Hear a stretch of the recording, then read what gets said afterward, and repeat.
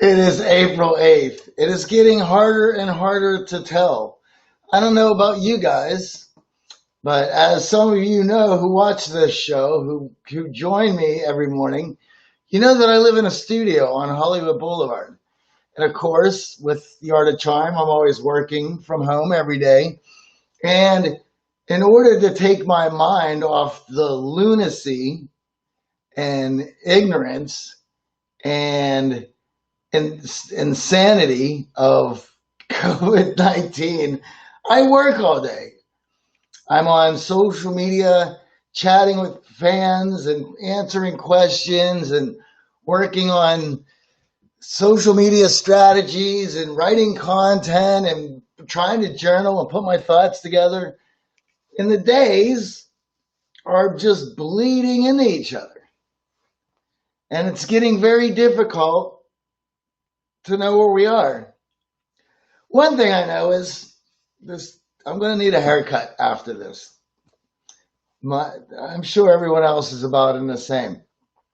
You know, I was laughing because a lot of the girls that I know, they had posted on Facebook saying that we'll now see everyone's true hair color after this. Yeah, well, I'll tell you, I'm going grayer by the day, noticeably.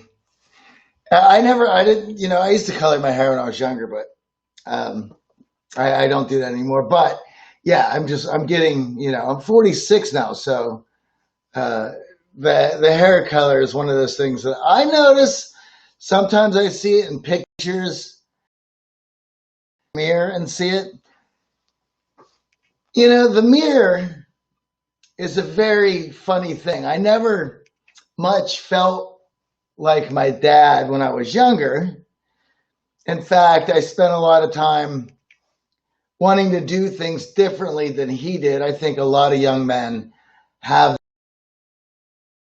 that. Older, you gain an appreciation for your family, for your dad. But I see him in the mirror more frequently than I used to, and that's quite interesting. Like, I'll just walk past it and I will see glimpses of my dad. That's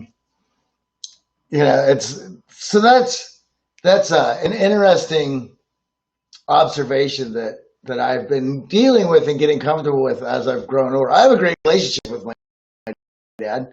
I talk to him a couple of days, and I've been talking to him a lot more since COVID.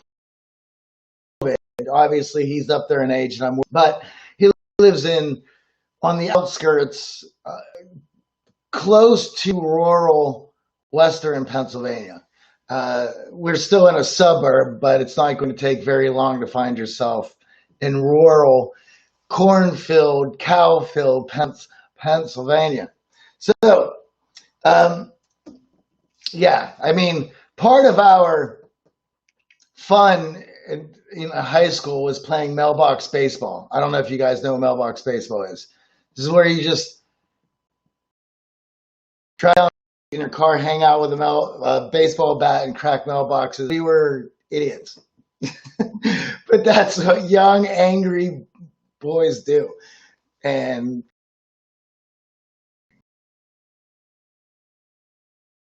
it was this idea of blissful ignorance.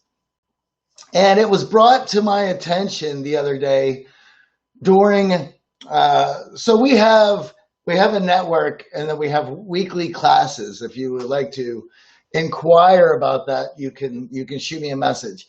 And